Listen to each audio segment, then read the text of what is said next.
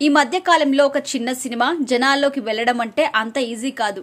పెద్ద హీరోల సినిమాలు అయితే ప్రమోషన్స్ చేసినా చేయకపోయినా థియేటర్లోకి జనాలు వస్తారు.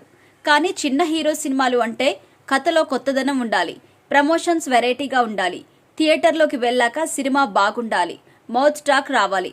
అప్పుడు కానీ ఆ సినిమా బతికి బట్ట కట్టదు. అందుకే సినిమా ప్రమోషన్స్ కోసం ఒక్కోసారి ట్రాక్ కూడా తప్పుతున్నారు. ఇక తాజాగా హీరో రాజ్ తరుణ్ కూడా అదే చేశాడు.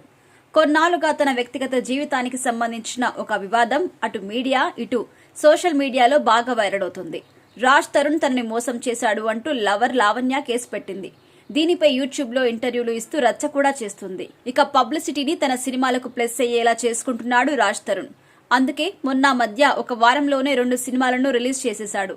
ఇక ఇప్పుడు కొత్త సినిమా ప్రమోషన్స్ కోసం లావణ్య ఇష్యూను మళ్లీ వాడేసుకున్నాడు. ఇక తాజాగా ఒక అమ్మాయి ముసుగు వేసుకుని సోషల్ మీడియాలో రాజ్ తరుణ్ పై ఆరోపణలు చేస్తున్న వీడియో వైరల్ అవుతుంది. నా పేరు సంయుక్త.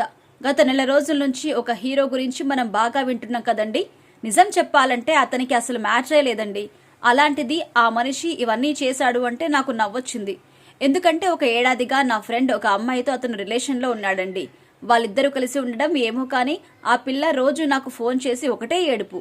వీళ్ళిద్దరూ ఒకటే బెడ్పై పడుకుంటారట. ఇతను మాత్రం ఇంకో పక్కకి తిరిగి పడుకుంటారట.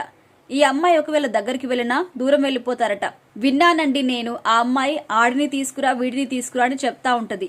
ఈ మనిషి పక్కన ఉన్నా సరే ఆ అమ్మాయి వాడిని తీసుకురా వీడిని తీసుకురా అంటుందంటే మనం అర్థం చేసుకోవాలి కదండి. అతనికి ఏం లేదని 27 years కి పెళ్లి చేసుకుంటా అన్నాడా. ఇప్పుడు 30 years వచ్చాయి, అయినా సరే పెళ్లి చేసుకోలేదు. ఇంకో 10 ఏళ్ళైనా సరే పెళ్లి చేసుకోడు. ఎందుకంటే అక్కడ ఏం లేదు. సినిమాలు మాత్రం బాగానే చేస్తాడు. భలే ఉన్నాడే గిలే ఉన్నాడే అని అంటే మనిషి చూడ్డానికి బాగానే ఉంటాడు, కానీ మ్యాటర్ ఏం లేదండి. ఆయన సినిమాల్లోనే హీరో, బయట జీరో. త్వరలోనే విత్ ప్రూఫ్స్ అన్ని చూపించి మాట్లాడతాను అంటూ ఈ వీడియోలో చెప్పుకొచ్చింది. ఇది చూసిన చాలా మంది ఇదేం ట్విస్టరా నాయన అంటూ కామెంట్లు పెట్టారు.